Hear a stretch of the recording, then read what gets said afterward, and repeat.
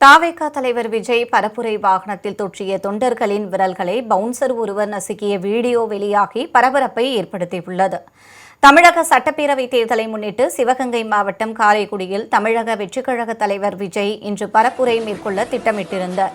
இதற்காக சென்னையிலிருந்து தனி விமானம் மூலம் மதுரை வந்த அவர் அங்கிருந்து பரப்புரை வாகனத்தில் காரைக்குடி சென்றார்.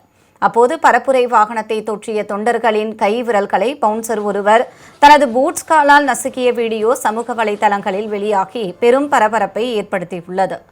முன்னதாக விஜயின் பரப்புரை வாகனத்தை பின்தொடர்ந்து வந்த தொண்டர் ஒருவர் விபத்தில் சிக்கி பலத்த காயமடைந்தார்.